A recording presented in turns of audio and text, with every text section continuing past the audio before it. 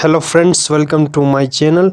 In this video I am going to discuss the essay The Future of Mankind by Bertrand Russell, as I've already discussed his biography and writing style as well, so you better watch that video. In this video I am going to discuss the essay The Future of Mankind. Let's have a brief introduction of Russell. Right, he was a mathematician, philosopher, and concerned with history, logics, social criticism, politics as well, and his collection of essay known as unpopular essay, though they are very popular, the name itself is ironic. So this is published in this collection, unpopular essays by Russell. And so the summary of this essay, The Future of Mankind. So in this essay basically he just predicted about the future of mankind, right, regarding what will happen if a third world war takes place. So if a third world war takes place, a nuclear war takes place, there are three possibilities that gonna happen in future, right? So as this essay is written uh, in during the Second World War, so he has seen world wars, the terrific effects. That's why he predicted, right? So the first possibility is that if a third world war takes place, the first possibility is that all kind of life or all kind of life vanish, right? Vanish from the planet Earth, and there is no one live, right? No one survive as a result of that war. And second possibility is that if a few people survive that war, then obviously they they have to see the age of barbarism.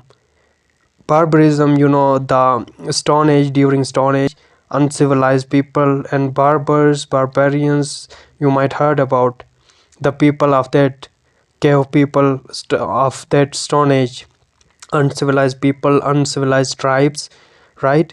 So people may go to that age because as a result of that word, the development that has take place during all these years, that is vanish uh, in a few moment, right?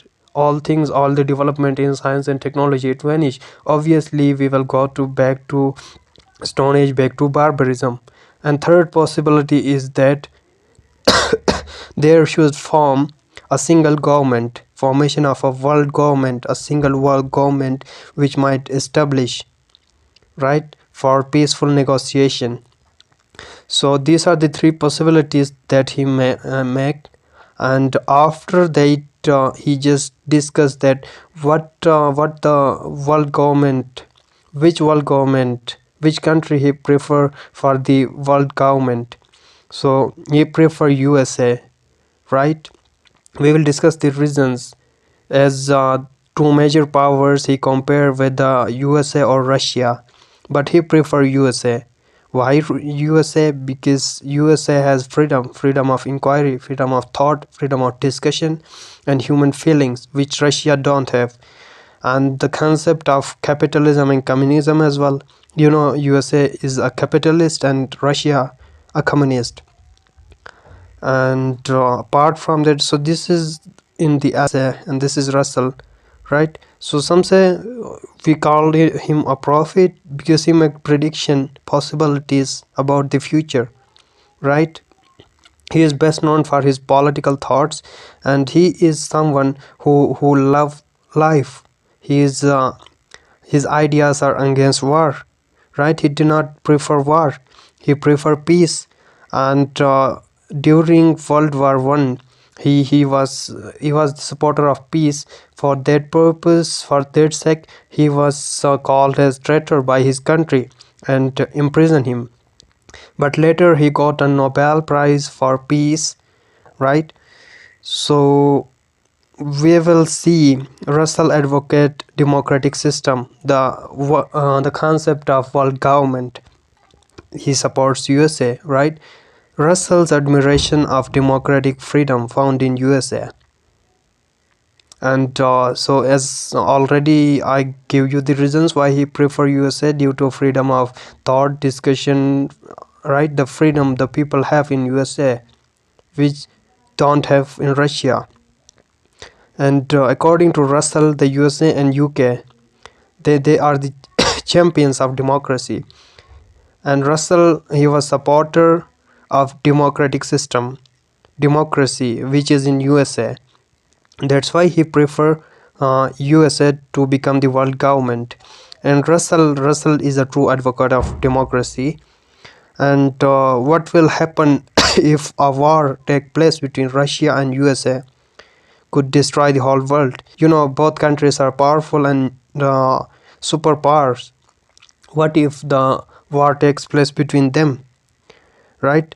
So uh, the powers, UK and USA, if they have to wage a war against Russia and China, UK and USA, they are capitalist, and China and Russia, they are communist.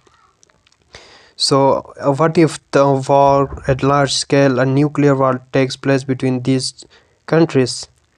So there may be obviously mass destruction. So a balance of powers, there is a balance of power between these countries, these two powers, right? Between the two are terminated by anxiety of any possible war in future. So both are superpowers and there is a balance of power. That's why they don't dare, both countries, they just knew about the destruction that caused by war.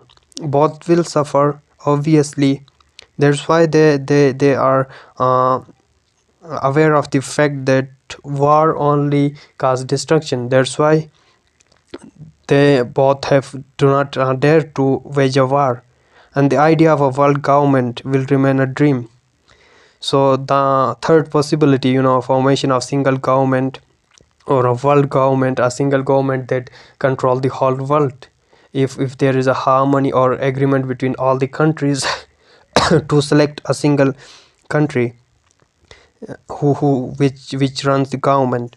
And so this idea of Russell is a utopian one, impractical, which is not possible.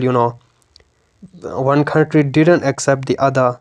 As we see in today's world, every country have conflicts and clashes and towards other country, and no country is just surrender before the other, right? So this idea is a utopian one, and one country didn't accept the other, and countries will not accept the idea of a world government. It is true.